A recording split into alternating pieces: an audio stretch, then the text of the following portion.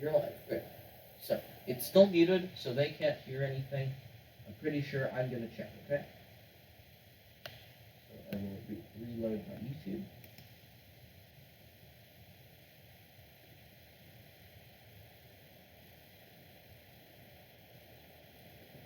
Perfect. Hey, mommy. So it's This is what they see. What they would see.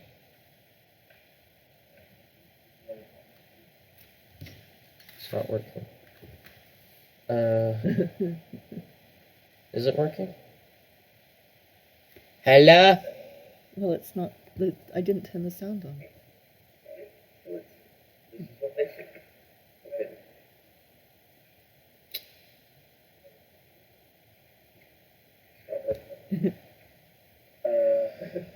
So it is working. No, it's not, because they can still hear you. That's okay. I think it's just.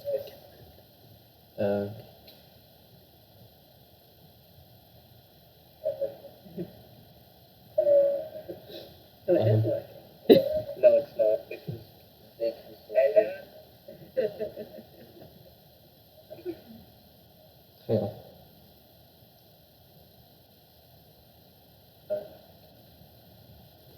It's fine. Yeah.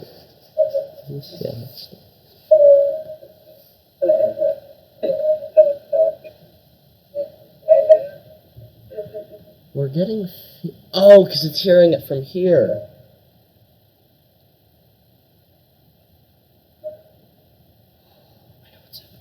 You have to turn off your sound on your computer. Because it's getting. Okay, I'm gonna try this. I'm gonna go in my room. I'm going in my room. Okay, good. Alright. I've turned the sound on now, so it should work.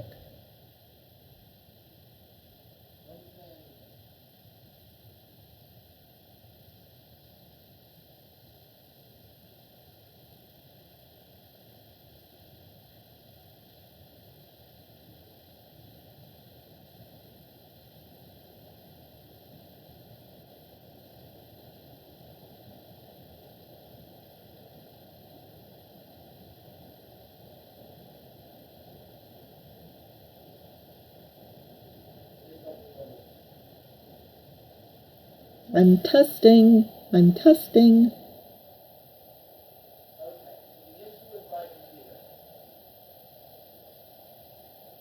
Okay, we know what the issue was. Say something really loud.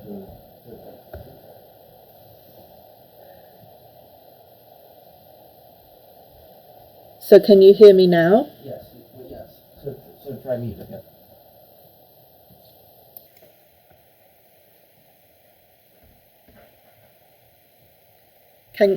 Can you hear me now?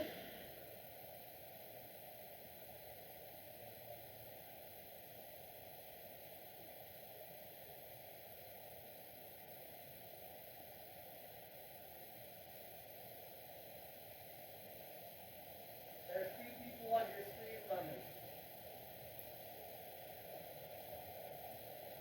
People are saying yes, the sound is working. Okay.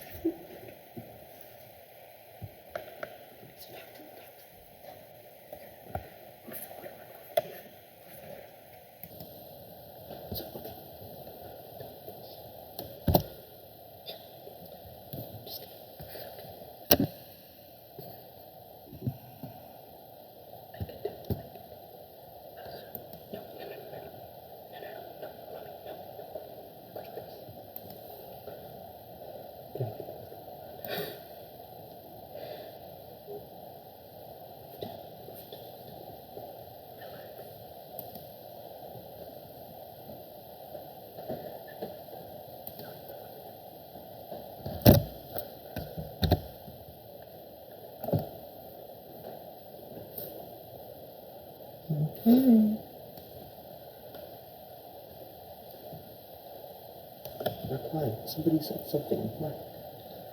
All right.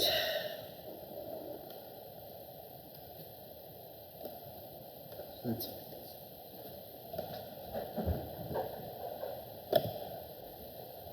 I'm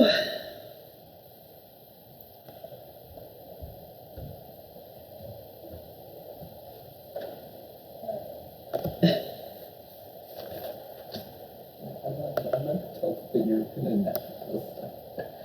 Right.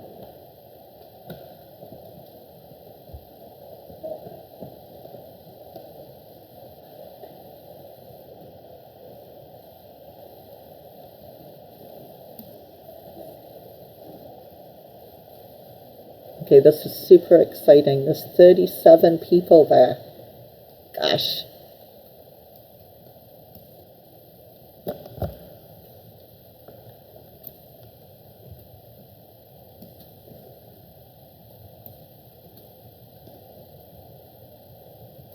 Yay.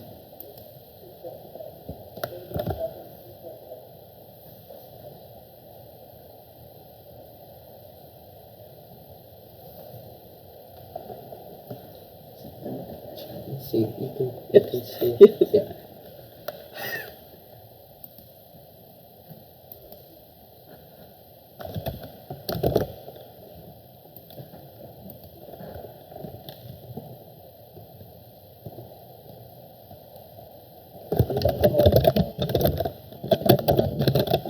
You know they can hear you, Yes, right? I know that. Yes, yes, I know. Okay. There's some people are late for class.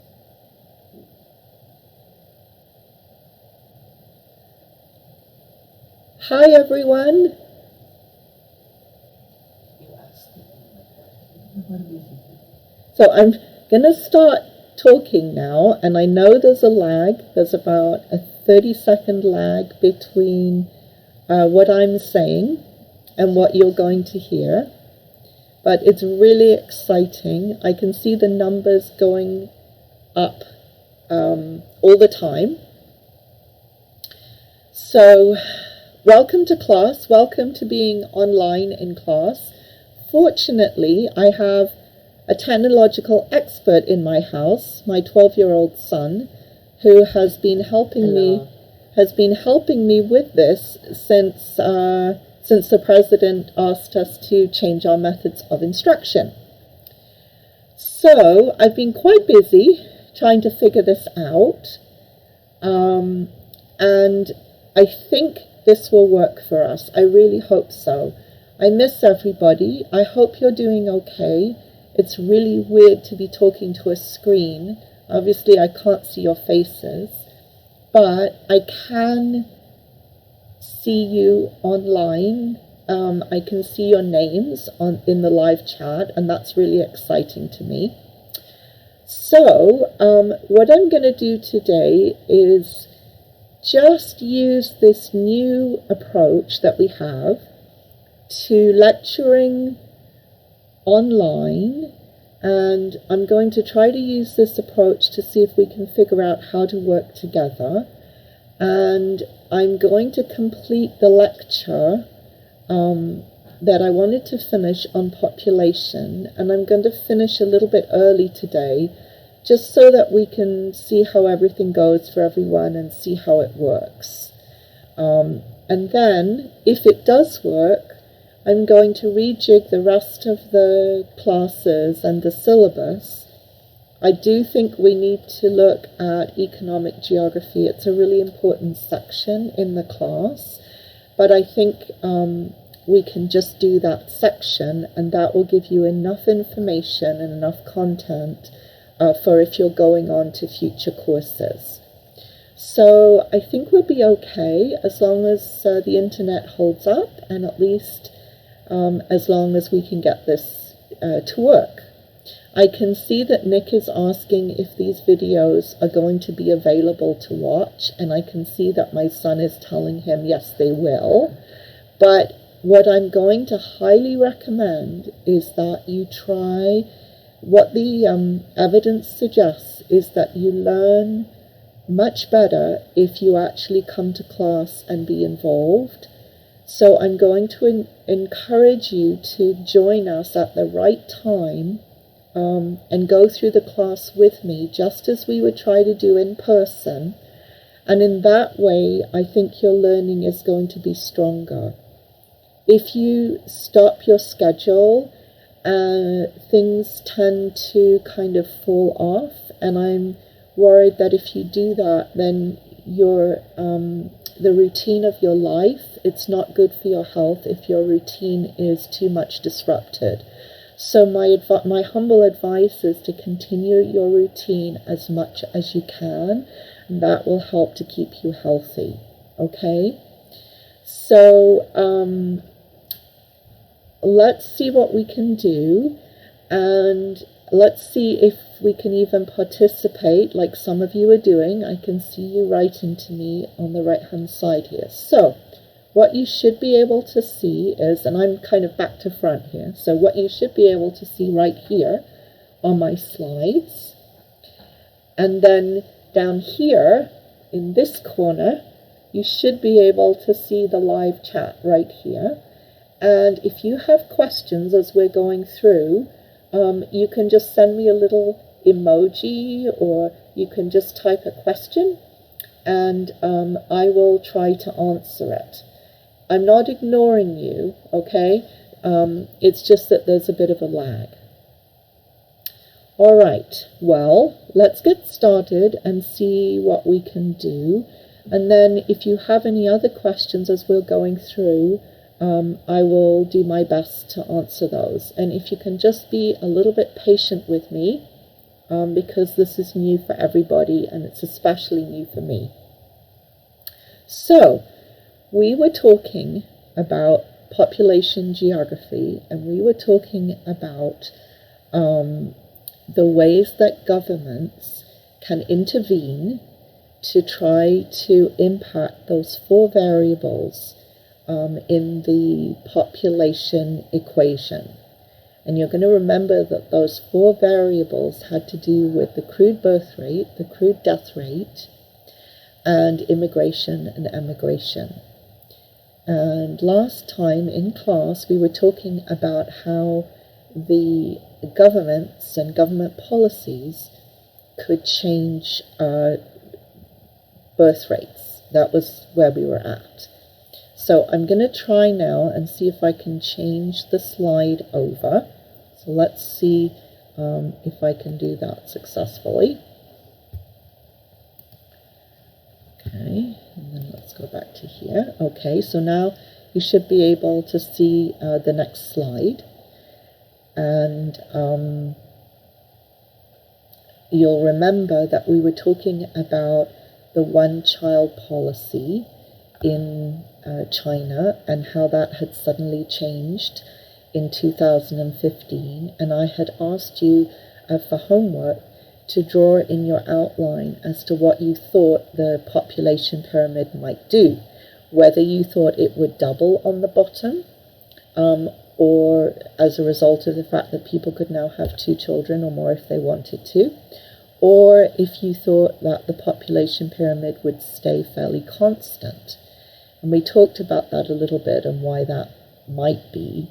And we talked about the fact that even though there was a prediction that the population would expand quite dramatically, in fact it didn't, because, hopefully you remember, it didn't expand super rapidly because urbanization and industrialization had occurred in between, which meant that the population growth had actually gone down. So that's where we were at, and we talked about that example last time. So now let's talk about, let's move the slide down again to the next one.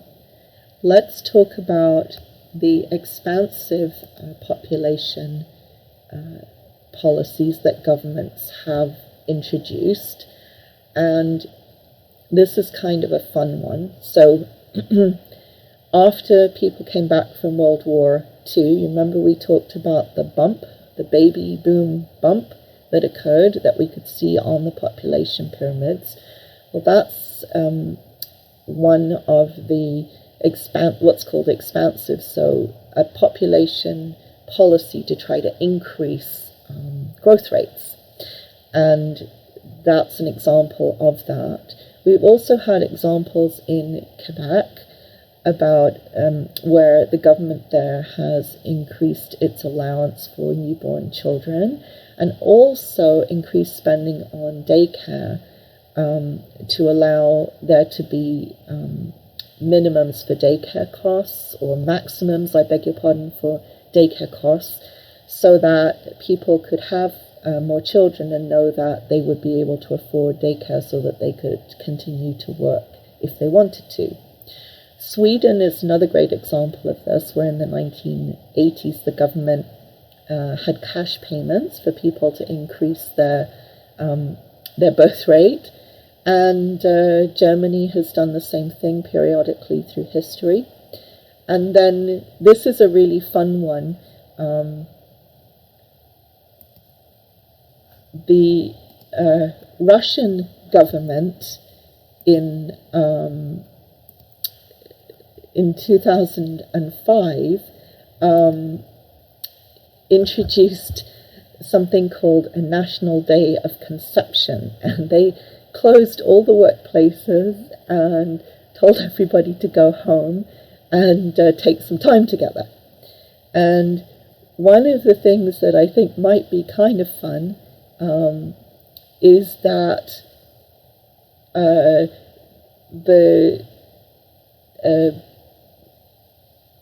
I think as a result of what's going on right now, we may see a mini baby boom. So let's see how that goes. But normally we'd be in class and I'd be telling you about this and you'd be laughing. So I'm missing your laughing. But maybe somebody can send me some emojis for laughing. But the National Day of Conception was an attempt in Russia to get people to have more children. And there was a prize, and you can see, this is the newspaper article that I kept from this. There was a prize where this couple that's in the picture got a new car and a financial prize reward for being one of the people to have a baby exactly 9 months after this first National Day of Conception. So that was kind of fun. And we'll see if, thank you, the emojis are coming, I really appreciate that. It's very weird to talk to myself. And so we'll see if maybe there's a little baby boom that results from what's going on now with the virus. You never know. If it does, you can think of me when it starts to come out in the newspaper. Okay, and so those are more fun attempts by governments to get people to have more babies. And I have to say, we don't have a ton of evidence to suggest that those policies work that well. But nevertheless, governments have often tried. And the reason I think that governments have tried to get people to have more children mostly is because they worry, like we talked about, they worry about the fact that there won't be enough children in the workforce in 20 years' time to support the aging population. The people like me who are, not good with technology. So now we're coming to a section that is really a lot more sad and a lot more difficult to talk about. And hopefully it won't make you too sad as well. But we have policies that we know historically have occurred, which are called eugenic population policies. And these are very unpleasant. These are population policies where governments have actually tried to favor one racial group over another, and to, at the same time as they are trying to actually remove some groups from the world, they're also at the same time trying to encourage other groups to grow. And I expect you know that the classic example of this is the Nazi German government policy. So at the same time as the Holocaust was going on and various groups were experiencing genocide as a result of government policies, at the same time as that, the Nazi government was encouraging women and families who they felt were of what they referred to as the Aryan people to have more children. And it was felt that women should stay in the home and produce as many children as possible. And the slogan was Kinder, Küche, Kirche, meaning children, kitchen, and church, the 3 Ks. And so that was talked about a lot, and I think I shared with you at the end of last class, I did a project on this when I was in high school. And again, interestingly, although the Nazi government put a lot of money and effort into this policy, actually the German families didn't respond that well. When you're in war, you don't really want to think about having too many more children because you worry about what will happen to them. So, a very sound episode in history, but something that we need to obviously talk about. We've also talked about Iranian attempts to eradicate the Kurds historically, but many others trying to do the same thing. We've talked about the Kurds as being that stateless nation. Maybe you can think also about more recent examples that we've talked about in class, about not just genocide in terms of the Kurds, but also we've talked about other examples of that. So you can look back in your notes and see those. If we're in class, I would ask you to tell me. But just think for a moment about other examples of where we've had genocide that was declared by the United Nations, but also examples like the Rohingya that we've talked about, where government policy has definitely tried to get rid of people, even if the United Nations hasn't officially declared it as such. And then we have a more controversial, in the sense of there isn't agreement of it, on it, example of our own world here in Canada, where some people have argued that if you have certain populations who, within the country of Canada, who have less access to health care, and don't have the health care that the majority of us do, then it could be argued that they are disproportionately disadvantaged, and therefore that population policy is discriminatory at very least. And some people have talked about this in the context of Indigenous peoples. Now again, this would be something where you would have your own opinion. There isn't a correct answer to this, and you could argue it either way, but you would obviously want to do it very carefully and thoughtfully. So you might just think about that and make a note in your notes to do that. So that's a conversation then about how governments have tried to both increase and decrease birth rates through history. And now we should talk a little bit about how governments have tried to impact, positively that is, death rates. It's rare, I would hope, that a government would try deliberately to increase a death rate, except for what we've just discussed in terms of eugenic policies. But in general, governments nowadays would always claim that they're trying to reduce death rates, of course, to reduce suffering. So on this slide, you can see a picture. This is the picture from the anti-malarial campaign of one of the charities. There's a lot of those around, and you're probably fairly familiar with them. But there are different ways that governments try to reduce death rates. An obvious one, although perhaps it's so obvious that we don't think about it, is that they try to implement low cost but very widespread healthcare initiatives in an attempt to reach a broad group of the population, or trying, if possible, to reach everybody. Another thing that they do is try to educate people to change social practices. And then thirdly, they try to provide information campaigns, and they could be around sanitation issues, but they could be around many other issues as well.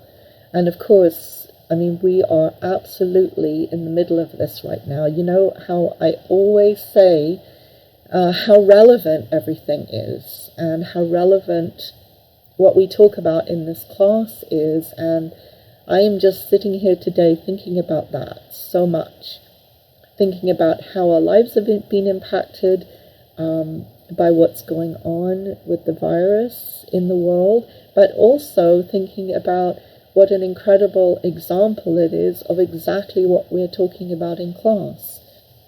So our own Canadian government right now is trying very, very hard to educate all of us around social distancing, keeping our distance from people, which is of course hard for us, but also trying to get us to practice just basic, very good healthcare, so constantly washing our hands and not sneezing on other people and using our elbows and not shaking hands and all of these things. And also, of course, being very considerate if we're ill to stay away from other people. So the kinds of education information that we're receiving from our government right now, and that's being discussed globally, is exactly what I heard written on this slide to share with you. What the government is trying to do is to see that if you have a very high peak, if you allow an illness or a virus to go through a big population like the whole of Canada, and you allow it to happen very quickly, what happens is that you get a big spike in the people who get sick. And what that means, of course, is that our hospitals and our doctors and so on can't cope with all of those people getting sick at once. And so why we're trying to do this social isolation and so on is to slow down that curve that's going to go through. Slow it down, and that means that as people do get sick, and some people will, the majority of people will get better just fine, I promise you. But as people get sick, the idea is that the hospitals can keep up if we slow down the transmission of this virus. So that's why we're all doing what we're doing and trying to be responsible and support each other. And this is a really, really good example right now of how governments are trying to proactively reduce any death rate we may have in Canada from the virus that's coming through. So that's why they're doing it, and it makes a lot of sense, and so we're all working on this together today. If we go back to some of the other examples of things that governments have tried to do, they have tried to educate people around certain practices. So, for example, there are societies in the world where polygamy has been practiced for many, many generations, often as a survival strategy so that women and children were not left with no source of income if their partners died. Often the male of the household was the one that was in charge in certain communities, and so if the male of the household died for any reason, then the practice was that other members of the family would step in so that economically the women and children would be taken care of. But obviously, if in those social contexts, this can allow for the spread of disease such as AIDS, and also, of course, if societies are not monogamous, and certainly Canadian societies are not particularly monogamous either, as you may be finding out already, and then that can lead to the spread of infection. And so simple preventative measures like encouraging people to use condoms, and making it socially acceptable to use condoms, because in some societies it's not seen as the thing for men to do. So encouraging social practices and opinions to change around that has produced a huge decrease in death rates in a lot of places.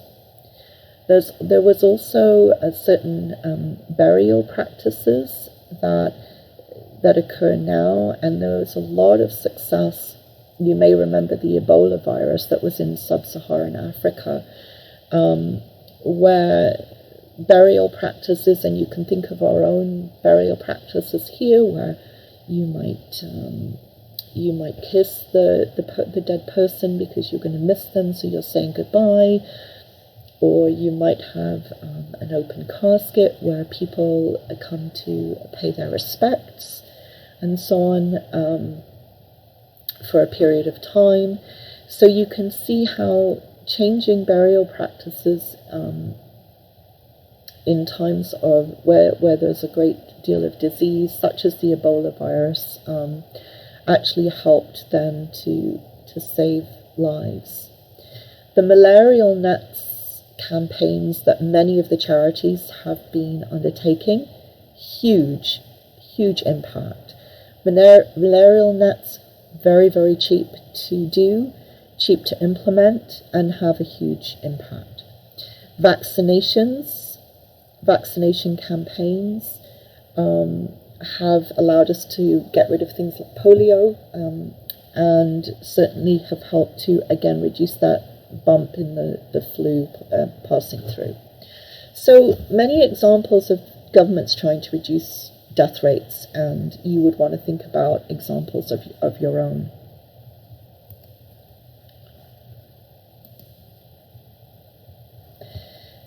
So now we can talk a little bit about how governments can impact population change around immigration and emigration practices. And I've put both these things together because I think you can easily see them working together. We've talked about where you're getting where you have a low birth rate and you have people living much longer, then governments will often see that the tax base is going to be going down pretty quickly. And so historically in Canada, that's what we've done. We've invited foreign workers to come, and we have particularly invited highly qualified personnel, they're called HQPs, to come to Canada and stay to fill the gap in the skills market and to keep the tax base up. So there was a very good example when the last time there was a boom in Alberta. There was a particular stream of Irish labourers who were brought across to help, and that was quite a well-known and quite well-established stream. And then, in addition to that, there are countries who, when they allow students, for example, to go abroad and study, they have to go home for a certain number of years afterwards. And there are penalties, for example, for not doing that in some countries. So some students who come to Canada, there's a clause that they're given visas, they're allowed to come, but they have to go back for a certain period of time, otherwise they can be penalized. And that's because the countries they're from don't want there to be a brain drain. They don't want them to stay here. And then within Canada, when people migrate here from other places, the government will often give incentives for those migrants to go and work in what are considered to be undesirable areas. They're not necessarily undesirable, but for example, they may be very isolated, or communities with relatively lower service levels, or they might be particularly cold, or so people might be given an incentive to go and work in a certain what's deemed to be undesirable area, even though it isn't necessarily. So if you want to make money when you graduate, if you choose to go to such an area, then you'll often be given a subsidy in your wages, and that's kind of a nice way to make money if you're young and you don't mind seeing different parts of Canada. So I highly recommend that. Okay, so now I want us to try and undertake an activity together. This is going to be an interesting challenge, but let's see how we do. There's a good number of you watching, which is really exciting. Thank you so much. And what I want you to do now, take a look at this population pyramid, and I want to do a couple of activities that have to do with thinking about what's going on underneath a generalized population pyramid. So, this is the population pyramid for Canada that I showed you. And you can see its typical shape right here. You can see the World War II baby bump, the boom right there. You can see the shadow boom at about 20 years later, and you can see it's got fairly steep, fairly straight sides-ish, and you can see that we have a fairly stable, fairly low birth rate at the bottom, and we are living quite a nice long time at the top. So there's the Canadian generalized population pyramid. So that is a population pyramid for a fairly wealthy country with good health care and fairly low birth and death rates in terms of the demographic transition model. So those of you who are online, why don't you type in what stage of the demographic transition model you think we're in? Let's do that. I'll tell you when it started. We're making it.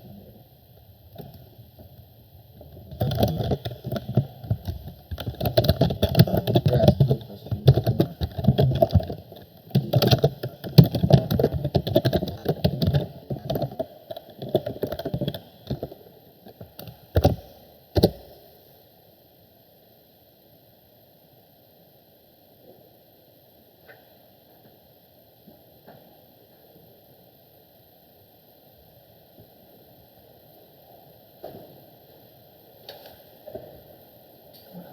Do you want to put on my headphones so you can hear what they're saying from my computer? No, it's good. Okay. I can tell you when the questions go through. You want me to do that?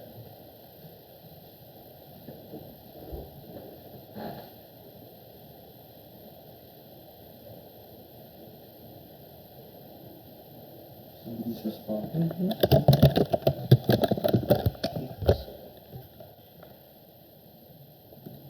That's awesome. People are responding. Who agrees with Tiana?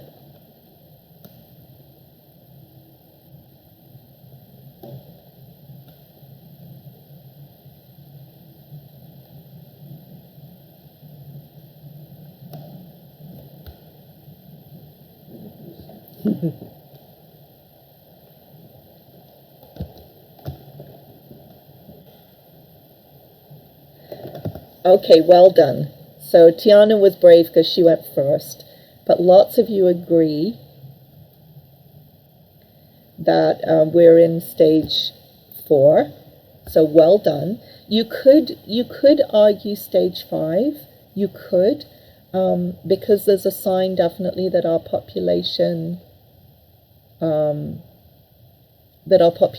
coming down except for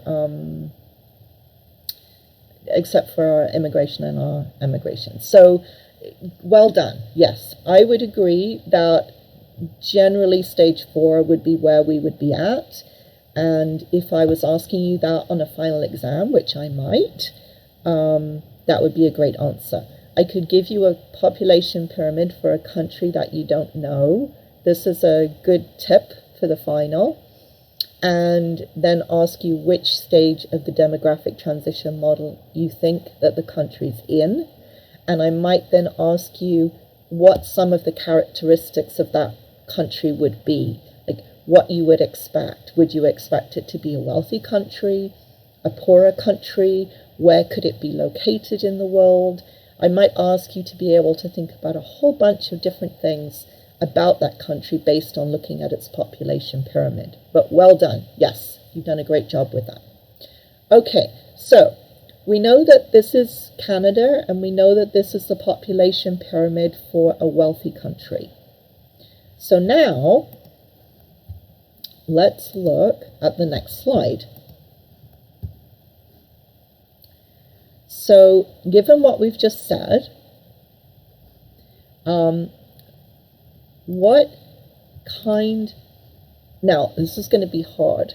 I have to be able to say which is the left and which is the right. Okay, what kind of country then, based on what we just said, is the country on the right, the light purple? And you need to answer that again on the live chat, just like you did just now. I'll tell you when they can hear it, okay? My son is listening on the other one to tell me when you can hear my question. Okay, they've heard it. Now you're waiting.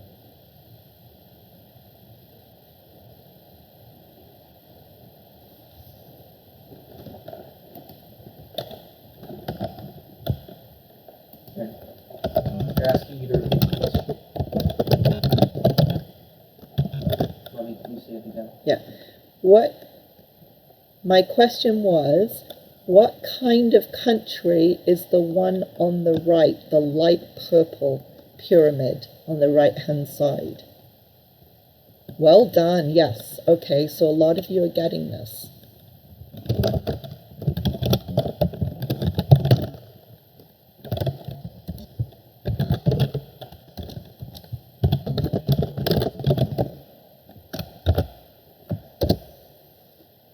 I think somebody must have been getting a coffee while I was asking the question.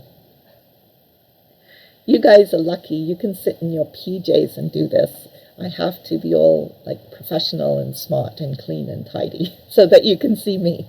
Well, I mean, you could too, if you wanted to. My son says I could too, but I don't think that's a good idea. Yes, well done. So it's a wealthy country, just like Canada, right? Okay, perfect. Now you know what I'm going to ask you next. What type of country is the country on the left with the dark red bars?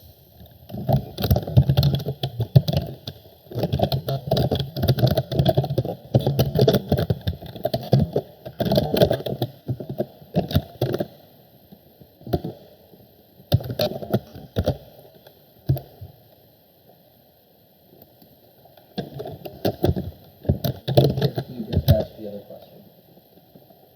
Okay?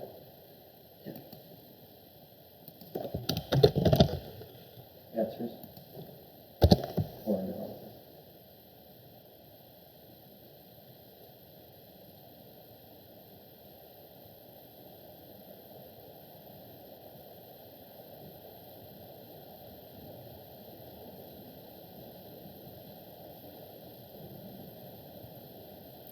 Okay, you guys are awesome.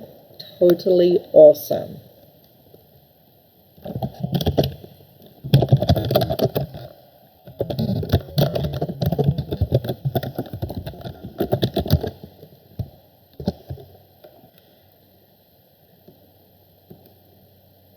Well done. Megan's saying a country with a high birth rate and a high death rate, stage 1 of the model. Paige is saying short life expectancy. Well done, guys. Okay, now I'm going to wait a moment for dramatic effect, okay?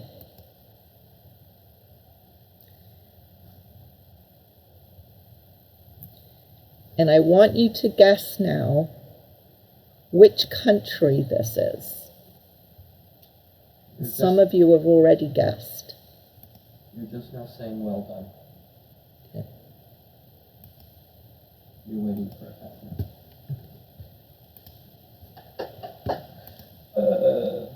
This is hilarious.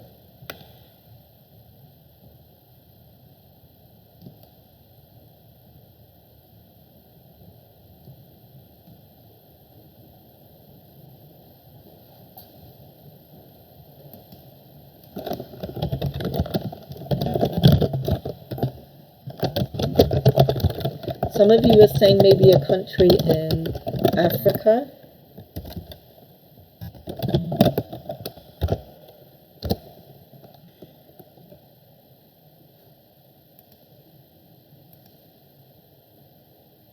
Nobody's said anything yet. We need to start typing. Okay, Everybody's still thinking. so we're all still thinking, okay? So the country on the left is not actually a country.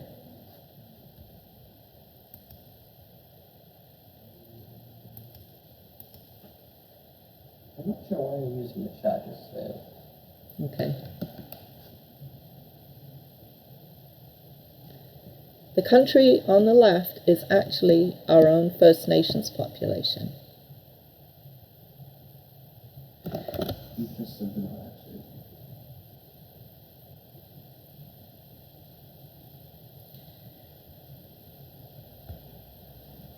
So when we talk about the population pyramid for Canada, and we talk about what our population needs, yeah, oh wow is right, isn't it?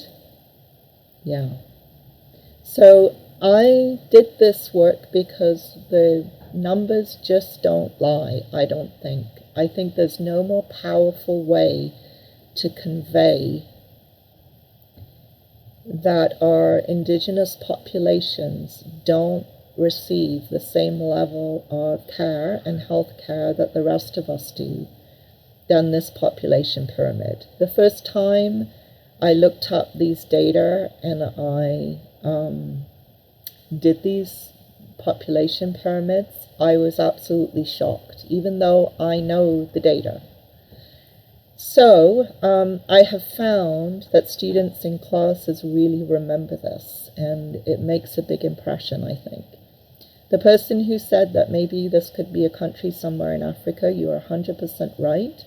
The death rates, the mortality rates for some of our First Nations babies are indeed as high or higher than they are in parts of Africa. It's not okay in Africa either, but I just think that it's really something for us to think about. So I just wanted to show you that. And on that note, I am just so proud to show you this next slide. Oh, not this next slide. No, not this one. Okay, I'm going to come to it in a minute. Where is it? Here it is. Okay. Tiana, who is in our class, was inspired by the conversation that we had all had in, sorry, yeah, I know, there it is. I just opened the map. Tiana was inspired by the conversation we had and the discussions that we had about varying infant mortality rates in Canada.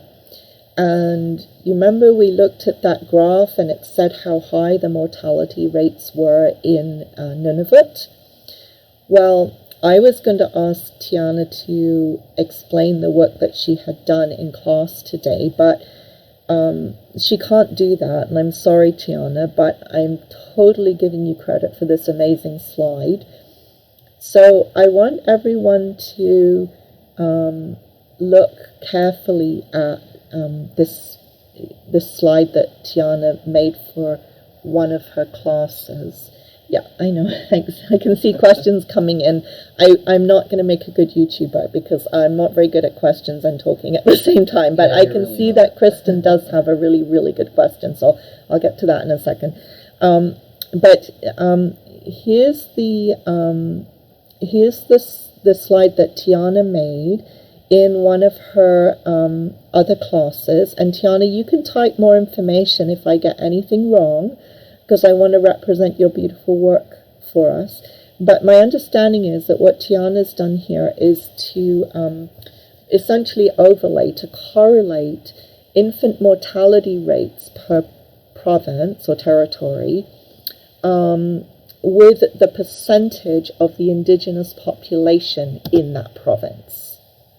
So you see the blue colors, they get darker as the infant mortality rate goes up. So you can see the very dark blue in Nunavut, which correlates with what we saw on our table. And then the lighter blue, for example, in BC, sorry, I'm pointing at it, you can't see. The lighter blue in BC, for example, where we know we have relatively better infant mortality rates. And then you can see that the size of the circle, the red circle that's in each province, correlates with the percentage rates that Tiana has put here for indigenous population. So you can see, for example, that it's, I think, and I apologize because it's very tiny on my screen, but I think it's 86% on this slide. You can see of the Nunavut population is indigenous, and you can see clearly that the highest rates of infant mortality are in that province. So she's done this beautiful pictogram that I think really eloquently illustrates what that relationship is. And she says it's a perfect correlation between the percentage of the indigenous population and the rate of infant mortality. So I wish that Tiana could be here to explain this to you. She can type if she wants to in the chat function, but I can see from her emoji that she's paying attention to what I'm saying, and hopefully, Tiana, I've represented you well, because it's a beautiful piece of work, and I think it's really inspiring that you took a conversation that we had in class and applied it so well. So that's helped all of our learning, so thank you so much for that. Now, Kirsten is saying how recent is the data, which is a really, really good question.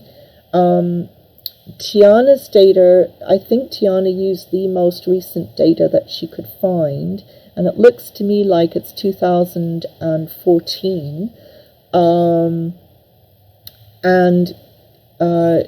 The latest data that I have, if I now go back in my slides, I wanted to take you to that slide, but I'm going to go back now to, so we were looking at that, okay. Now, these data here are 2017, which is the latest data from Statistics Canada, and you can see on this graph, you can see the difference in life expectancy of the different populations in different places. So you can see male on the left and female on the right. You can see First Nations as defined by the Canadian Stats Canada government. You can see a difference between males of 73 years and females of 78 years. Now, do you remember what the average life expectancy for the mainstream population was for males and females? See if you can type that in the stream.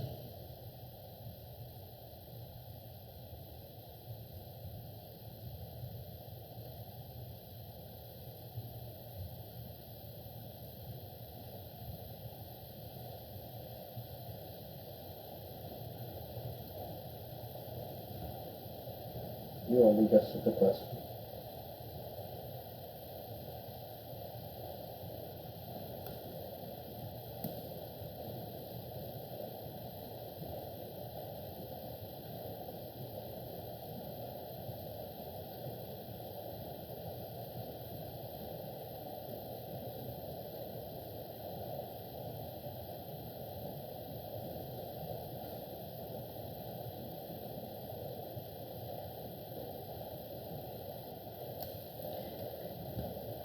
So, well done, yes.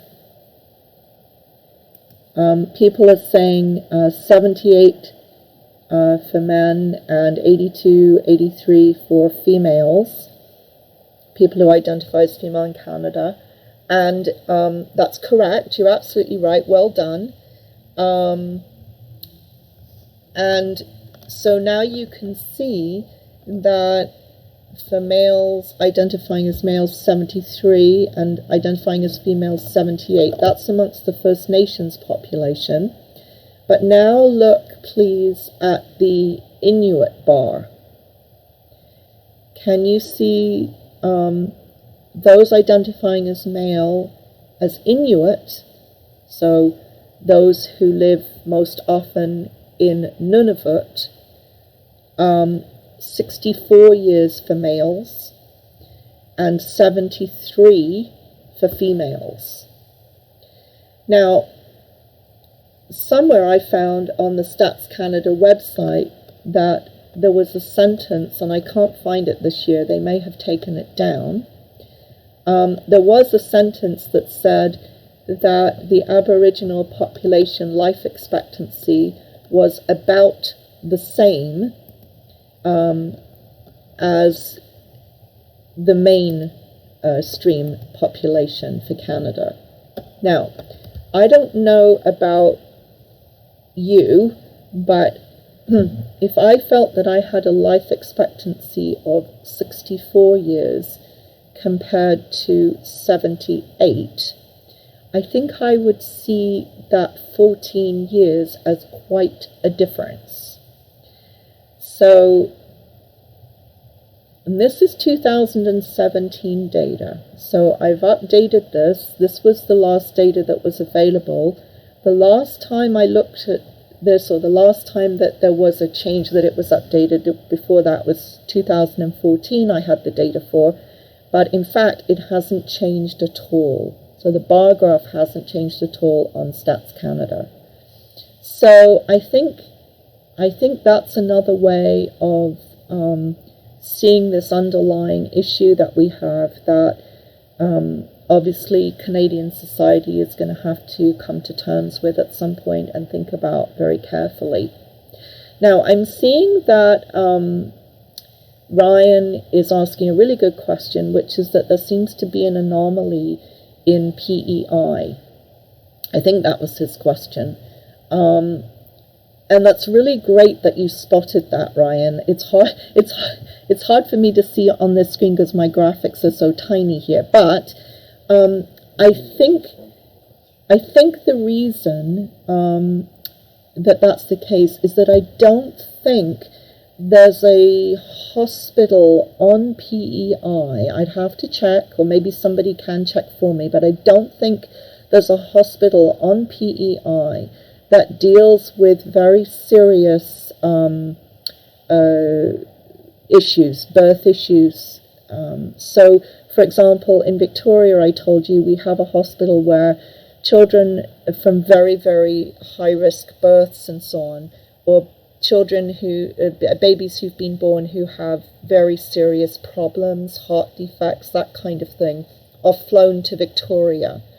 In PEI, they have to be taken somewhere else, and it takes a long time to get them there. So I'm not sure, Ryan, but I think that's what the anomaly is on PEI, and we should definitely look into that.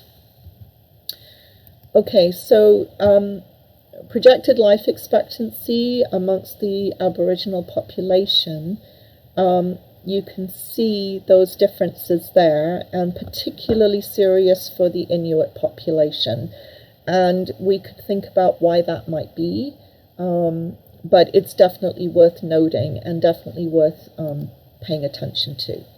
This then compares, this is a population pyramid that I compared here, and I last did this. I didn't have a chance to update this weekend because guess what, I was a little bit busy trying to figure out how to do this teaching, but this is from 2011, but my sense is that this has not changed very much. But here is what's referred to as the Aboriginal population pyramid superimposed over, in the kind of yellow color, superimposed over the pale blue of the other Canadian population. So this this diagram, this population pyramid, to me says so much. It's a very graphic representation in both senses of the word to me of considerable differences in the underlying populations that we have. So you remember that we talked about how healthcare services in wealthy countries as opposed to poorer countries would be directed in different ways. So you can start to see how if we see the Canadian population pyramid as only one of a wealthy country without looking underneath it, you can start to see how resources might not be allocated to underlying populations that are not or have a different structure. So hopefully you can start to see that. So for example, if I ask you now what kind of healthcare spending you would need for the Aboriginal population pyramid, what would you say? What kinds of healthcare should we be spending more money on in that population compared to the other Canadian populations? So I'm just going to wait a minute and see if you can type.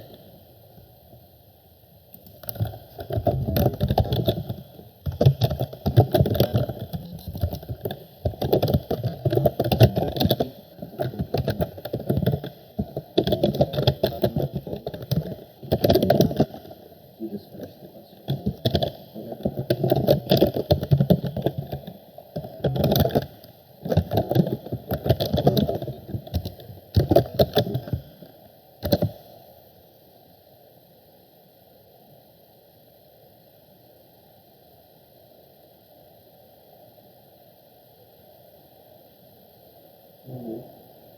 If you'd like, I can type the questions for you.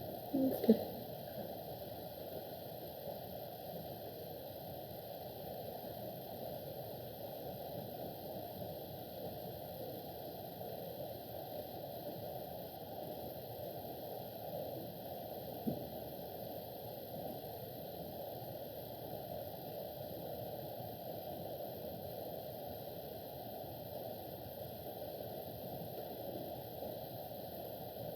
Okay, so I'm seeing some wonderful answers come in here over the live chat. Childcare, infant mortality issues, absolutely. And then you're quite right that healthcare for the elderly in terms of elders and respect for elders in the community, very, very important. You're quite right as well. And also mental health care, partly as a result of the underlying issues. People are talking about mental health care, and that's super, super important, of course, for supporting. If you are suffering from high rates of infant mortality or child mortality, if your elders are not being taken care of, then you can see the impact there in terms of mental health is going to be significant. So really good answers. I'm seeing great answers here. These are exactly the kind of question I could ask you on the final. So well done. And I hope that you found these pyramids interesting. I know they're really sad and difficult to look at, but I think they're really, really important to think about. So the question I had there for that activity was, who gets missed in population pyramids? When you look at an overall population pyramid, what kinds of questions could we be asking? Just to think about who might not be being served. If we direct our policies only to the main population, then who might we be missing? Now, we should also go back to our social identities and the types of things we were discussing there with social identities. Remember, we have a binary population pyramid construction. So I just want to acknowledge that. If you were a transgendered person answering a survey or answering the census questions, you would probably feel very left out in terms of this population pyramid. And certainly if you were looking at the population pyramid results, you would probably have questions about how you personally would fit into this pyramid and what the implications would be for you, for your life expectancy, and so on.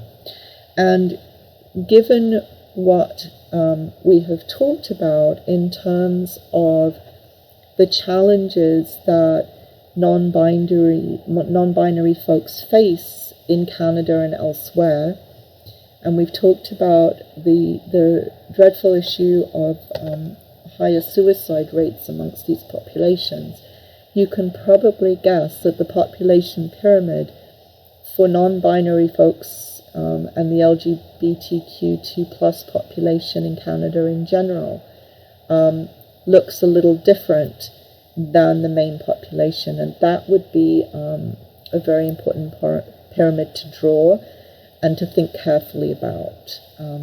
So just as Tiana did her beautiful work, maybe others in the class might be interested to look into those kinds of issues. One of the challenges, of course, is that we don't have good data on the non-binary population, and so that's a challenge then in servicing. But, of course, there are good reasons why we don't have those data, which is that people are not always comfortable declaring those kinds of issues. So that takes me to the other question, which has to do with how hard it is to collect census data. So if you imagine that I charged you with going to Nunavut and taking a census of the population in Nunavut, so trying to determine how many people there were, what age groups they were, some of their demographic characteristics. Can you type for me some of the challenges you think you might have in northern provinces, for example, in trying to conduct a census?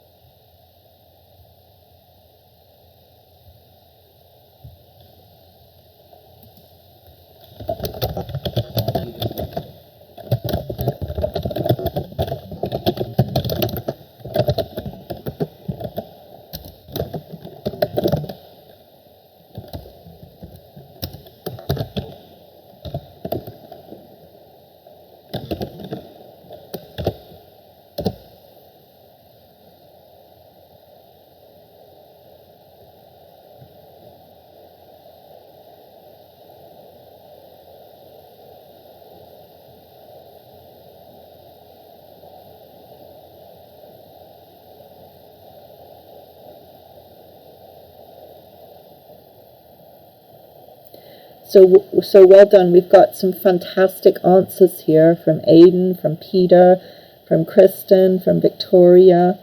Communities are isolated, very hard to get to, different times of year. But also, of course, some of these folks travel around. They go to fishing holes. They may not be in, so to speak, at the address that you think they are when you happen to go. Also, of course, there are issues with suspicion, perhaps, around government officials. So you might look, if you were doing the census, like a government official, and it might not be clear why you were showing up initially. People might be a little bit suspicious. They might worry about what you might use the data for. So it's possible that people might also be uncomfortable answering census questions, and they might actually feel like they might not want to be available for you. So there are a number of reasons that you can think of where it's very difficult to conduct a census. And we might just say also that, of course, this isn't just true in Canada. I mean, think about now trying to conduct a census in Syria. How accurate do any of us think that the data are that we can get from Syria right now?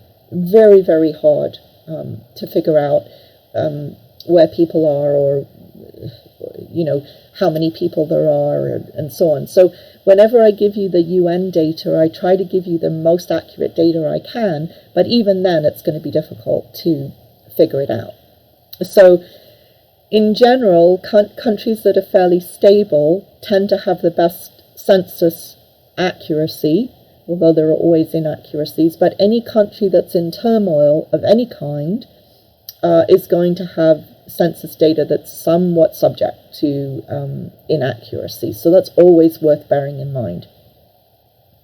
Okay, so that's just an exercise to think about who gets missed in population pyramids and so on. Now, I'd like to finish off today with a section on a very important concept, which is the concept of diffusion. And I was going to talk about this concept anyway in this class. I mean, this is a concept I always talk about in this class when I've talked about population and migration. And this is the concept of diffusion. And it's a really, really important geographical concept. And it is particularly important when it comes to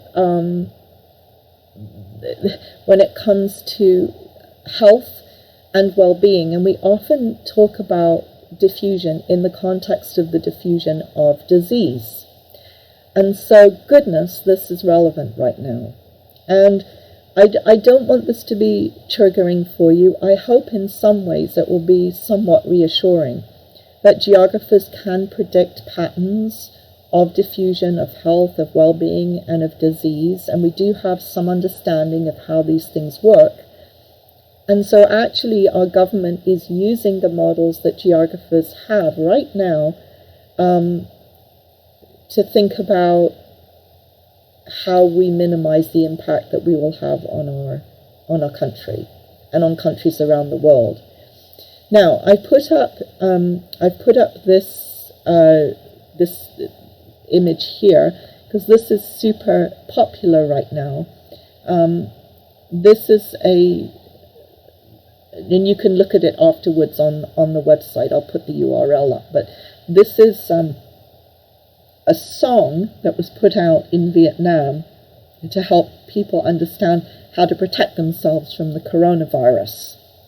And so this is just a little video that's rather sweet that the government has used. And it's a great example of the diffusion of educational innovation in trying to help people do things to reduce death rates. So kind of an interesting example, and I wanted to share that with you. So, very important concept, the concept of diffusion, and I want to, first of all, as I always do, I want to define this for you. Now, the concept of diffusion, it's in chapter 1 of your textbook, literally means the spreading out or the dissemination of something. So, it could be the spreading of a religion or a language. It could be the spreading of something like a fashion or a social media meme, a new idea or an innovation. But particularly at the moment, in our minds, it has to do with the spread of a disease. So the spreading out of something, that's all it means. But of course, because we're geographers, we classify things into different types. And the first type of diffusion is expansion diffusion. An expansion diffusion is the main category, and this is where an idea or an innovation spreads. So it spreads from the original area of influence. So it grows continuously larger, and it results in an expanding area of dissemination. So people describe it as like if you spilt some ink on a tablecloth and then put some water on it, it would spread out, and you would see that spreading pattern. If you see the Bounty paper towel ad on television, that does the same thing. So there are 3 different types of expansion diffusion, and you'll have the slide afterwards so you can look them up again, and they're in your textbook. But let me talk about them each, okay? So the first one is contagious diffusion. That's diffusion where it spreads from person to person, and the people closest get it first. So nearly all the individuals in a particular place are affected. And I'm going to give you better examples of this in a second. Then we have hierarchical diffusion. And this is where, in the case of a disease, those who are most susceptible to it get it first. Or if it's an innovation, those who are most open to innovation, like using YouTube for online teaching, do it first, and then slowly it spreads out to other people. You will remember we talked about Kristalla and the hierarchy of cities, from cities to towns to villages. Well, in the case of cities and towns, then hierarchical diffusion will usually spread down the hierarchy from the biggest cities to the smallest towns and villages. Finally, we've got stimulus diffusion, where there's usually a cultural adaptation that's created as a result of the introduction of some kind of cultural innovation somewhere, and then it is adapted by the local community to its own context. So let's think about some examples of this to make it a little bit clearer. Here's a diagram of the differences between contagious diffusion and hierarchical diffusion. So for contagious diffusion, you can see that the green dot was where the innovation, or perhaps the first case of a disease is experienced. And then it moves outwards from there. That's the green dot, moves outwards from there to the purple, so the nearest people. And then it keeps going until it reaches the people on the outer edges of the circle. So basically, the closer you are to the original hearth, the green dot, the quicker it is that you get either the innovation, the good thing, or perhaps the disease, the bad thing. When it comes to hierarchical diffusion, you can see it starts at the same place, but it jumps down the hierarchy. So in the case of cities, often these dots are represented by, for example, airports. You might have the hearth in a particular place, and then it jumps to the major airports, and then on to smaller airports and smaller communities. Or the green dot might be an airport, and then it jumps to other forms of transport. So people moving out from the airport on a bus and then stopping in another town, and then getting a car and moving out from there to small rural areas, for example. But initially in hierarchical diffusion, it doesn't mean to say that the people who are nearest to the original hearth get it next. So you can see that occurring. You can see that occurring when we talk about the coronavirus. And I've been watching this and pulling up various diagrams ready for the class. But you can see this. Here's one of the maps that was done for the BBC News a few days ago. And you can see that very often you've got both contagious and hierarchical diffusion going on at the same time. So you can see the original hearth of the coronavirus in China, and then you can see that it has spread both within China, we know that from the news, but it's also jumped hierarchically. So it jumped from China to Iran, and it also jumped from China to Europe, and particularly to Italy, and has then spread outwards from there. It's also now jumping to the US and Canada and Australia and various other places. We don't have confirmed cases in many parts of Africa, and you're very smart, so you can probably tell me why that is. There's two possible reasons, if you think about it, why we might not have confirmed cases yet in Africa. Do you want to type to me what you think those might be?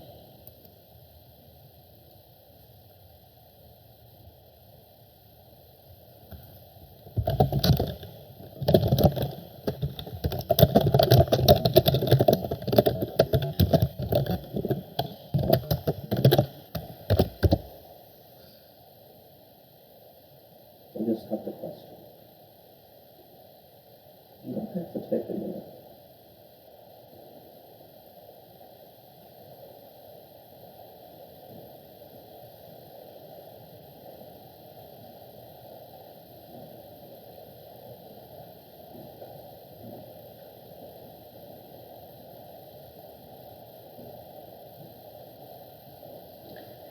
Yes, well done. So we've got two really thoughtful reasons here.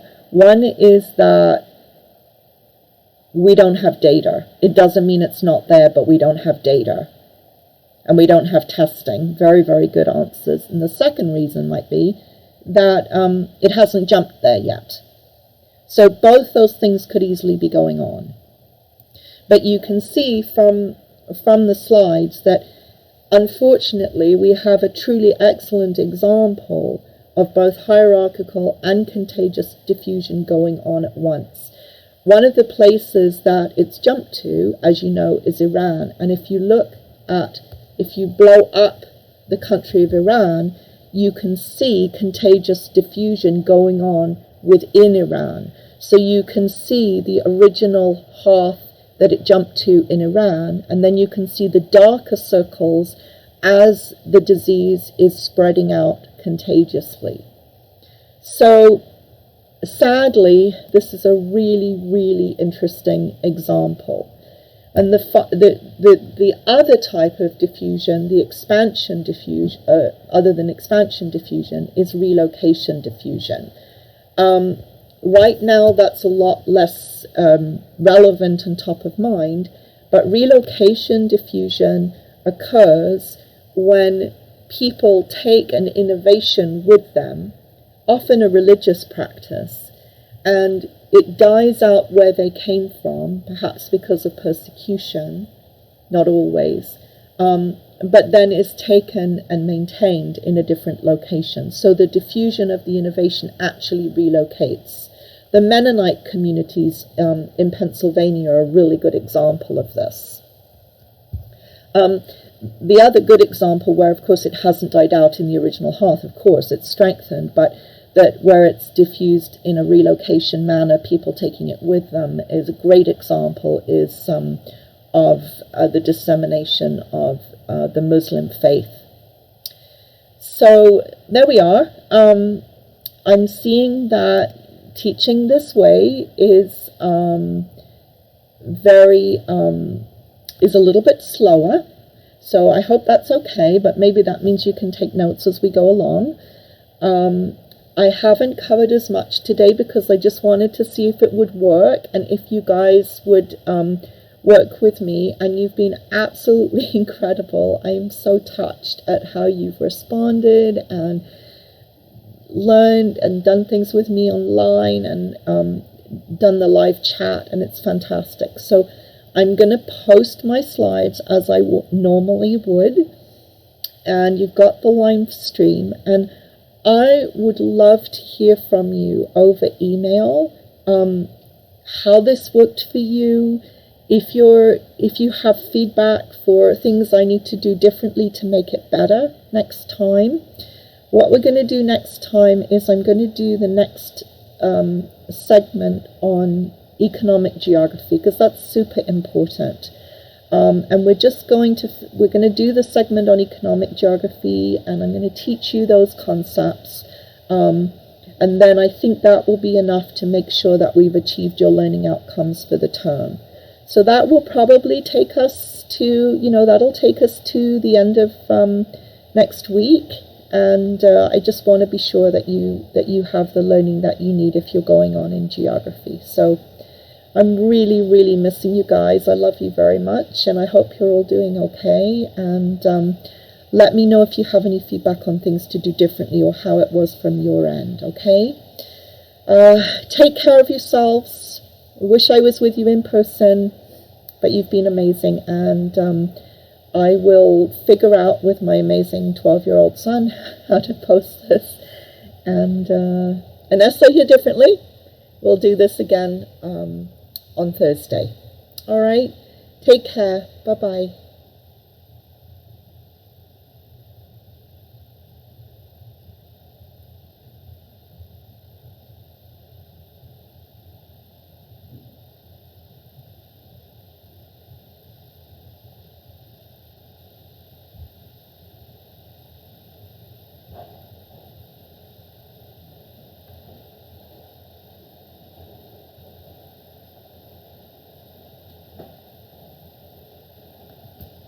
Okay, so yeah.